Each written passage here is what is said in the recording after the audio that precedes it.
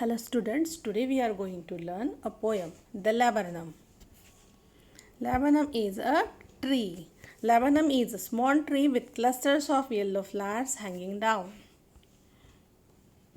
The English poet John Keats said, "A thing of beauty is a joy forever." Do you agree? एक English poet है John cat, उनका ऐसा कहना है, उन्होंने ऐसा कहा है कि जो खूबसूरती भरी चीज़ होती है वो क्या करती है, वो हर किसी को आनंद देती है, खुशियाँ देती है। क्या आप इससे सहमत हो? Read this poem in praise of laburnum tree. ये जो पोएम है ये किसकी तारीफ में लिखी हुई है? लैबरनम ट्री की तारीफ में।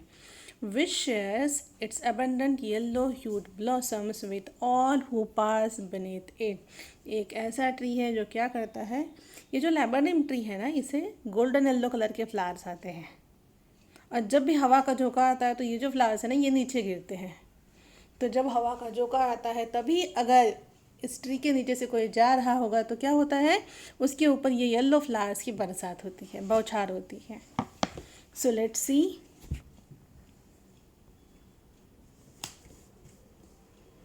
Just down the road from where I live, a lone laburnum grows.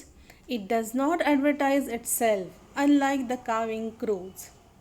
यहाँ पे पोइट का ऐसा कहना है कि मैं जहाँ पे रहता हूँ उसके थोड़े से सामने ही रोड पर क्या है, एक लैबरनम ट्री, एक अकेला लैबरनम ट्री उगा हुआ है। It does not advertise itself. Advertise करना मतलब to make a fact known to people, मतलब ऐसे बोलना कि मैं यहाँ पर हूँ, दैट इज़ एडवर्टाइजमेंट। ठीक है, तो ये जो ट्री है ये क्या करता है, ये खुद की एडवर्टाइज नहीं करता। अनलाइक द काविंग क्रोज, आप लोगों ने देखा होगा कौवे कैसे काव काव करते रहते हैं ना, क्रोज मतलब कौवे और काविंग मतलब उनका जो आवाज़ आता है काव काव करने का, उसे कहते हैं काविंग। तो ये जो क्रोज है जो हमेशा काव काव करते रहते हैं, उनके जैसा ये ट्री नहीं है। ये क्रोज क्या करते हैं, आवाज़ करते करके एडवर्टाइज करते हैं खुद की कि हम लोग यहाँ पर बैठे हैं, लेकिन ये ट्री एक अकेला उगा हुआ है और वो अपनी एडवर्टाइज नहीं करता है। The next stanza, but like the cawing crows you would say there is nothing to this tree, its height is unremarkable, its leaves so ordinary. अब यहाँ पे इन्होंने कहा है पोएट ने कि ये जो ट्री है ये कैसा है, सम वाइट, मतलब इस ट्री की जो कंपैरिजन है वो काविंग क्रो के साथ की है कि इन दोनों के बीच में, काविंग क्रो और ये जो ट्री है, इन दोनों में ऐसा खास कुछ भी नहीं है। ठीक है, इट्स हाइट इज़ अनरिमार्केबल, ये जो ट्री है इसकी हाइट अनरिमार्केबल है, मतलब ऑर्डिनरी हाइट है। इट्स लीव्स सो ऑर्डिनरी, और जो लीव्स है वो भी बहुत सामान्य है, मतलब उसमें कुछ खास बात नहीं है। But comes a summer, golden light is trapped with in the tree. In May, the crystallized sunbeams break out for all to see. लेकिन जब समर सीज़न आता है तब क्या होता है, गोल्डन कलर की लाइट क्या हो जाती है, ट्रैप हो जाती है। कहाँ पर? इस ट्री में। And in May season the crystallized sunbeams break out for all to sees. और ये जो है क्रिस्टलाइज मतलब बिकम क्लियर और फिक्स, और ये जो ट्री है उससे क्या होता है, सनबीम्स निकलते हैं सारी। और ठीक है, अभी देखो इसका मीनिंग ऐसा है कि मई सीज़न में ना ये जो प्लांट है लैबरनम ट्री, इससे फ्लावर्स आते हैं और फ्लावर का कलर कैसे है, गोल्डन येलो कलर। तो जब इस पे ऊपर जब लाइट पड़ती होगी, सनशाइन जब पड़ता होगा, सनरेज जब पड़ते होगी, तो वो कैसा दिखता है, गोल्डन कलर के। इसलिए यहाँ पे कहा है कि वो जो फ्लावर्स है वो क्या, वो फ्लावर्स है या वो ट्री है वो क्या करता है, गोल्डन लाइट ट्रैप करता है और फिर उसमें से पास होकर सनबीम नीचे आती है।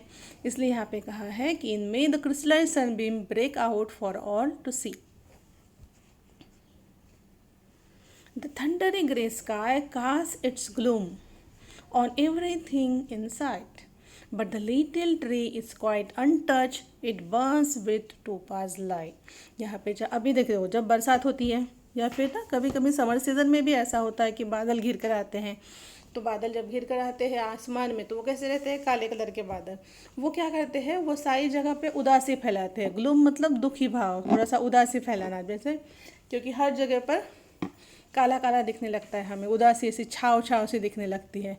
यहाँ पे कहा गया है कि ये गरजता वाला ग्रे कलर का जो बादल है वो हमें, वो सारी दूर क्या करता है, उदासी फैलाता है।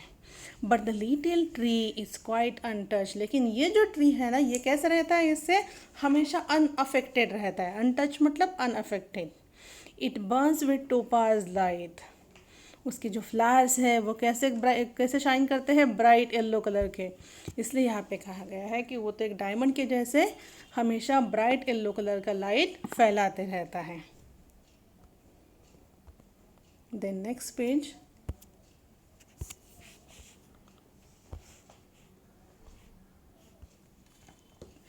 flashes of sunshine cloak the tree and dazzle every eye, and every puff of a waveyard breeze drops gold on passers by.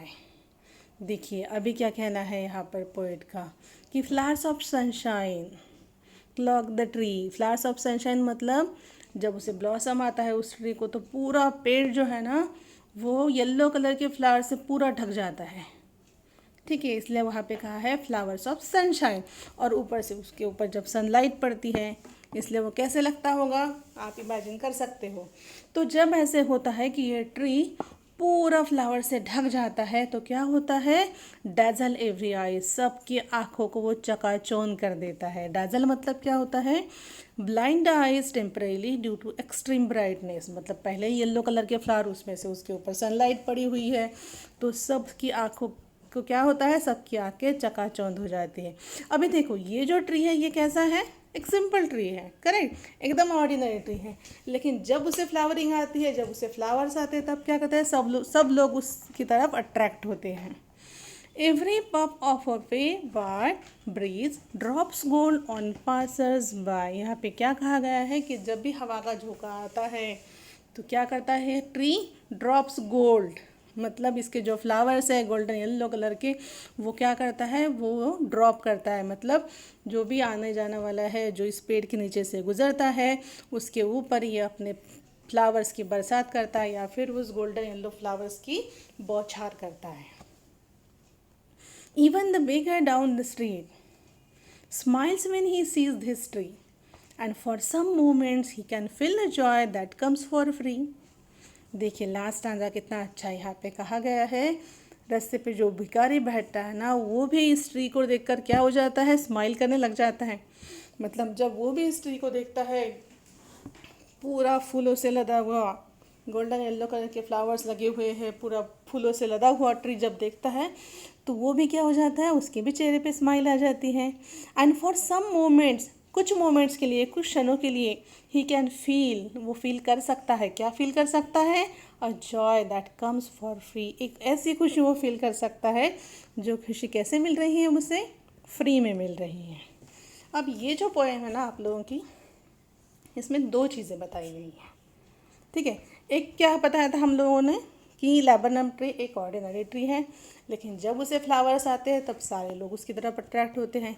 इसका मतलब ऐसा होता है कि हर आदमी, मतलब जो भी आदमी है, कोई पर्सन है, सारे लोग, ऐसा नहीं होता है कि वो एक्स्ट्रा ऑर्डिनरी ही होना चाहिए। जो ऑर्डिनरी पर्सन रहते हैं उनमें भी कुछ ना कुछ, एक ना एक कुछ तो भी ऐसी खूबी रहती है कि जो लोगों को क्या करती है, अट्रैक्ट करती है।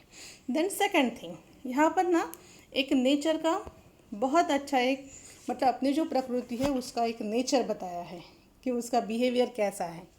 मतलब नेचर हर किसी के साथ एक जैसा बिहेवियर करता है, वो डिस्क्रिमिनेट नहीं करता है। मतलब किसी भी आदमी के साथ क्या करता नहीं है, डिस्क्रिमिनेट, मतलब भेदभाव नहीं करता। वो अपनी सारी चीज़ें, जैसे आप देख सकते हैं कि हवा सब लोगों को मिलती है, पानी भी सब लोगों को मिलता है। ये जो ट्रीज़ होते हैं वो क्या है, वो ऐसे नहीं देखते ना कि ये लड़का है या लड़की है, ये आदमी पुअर है या रिच है, तो रिच जो लोग हैं उनको फ्रूट देना है, पुअर लोगों को नहीं देना है। ऐसा डिस्क्रिमिनेशन नेचर नहीं करता है।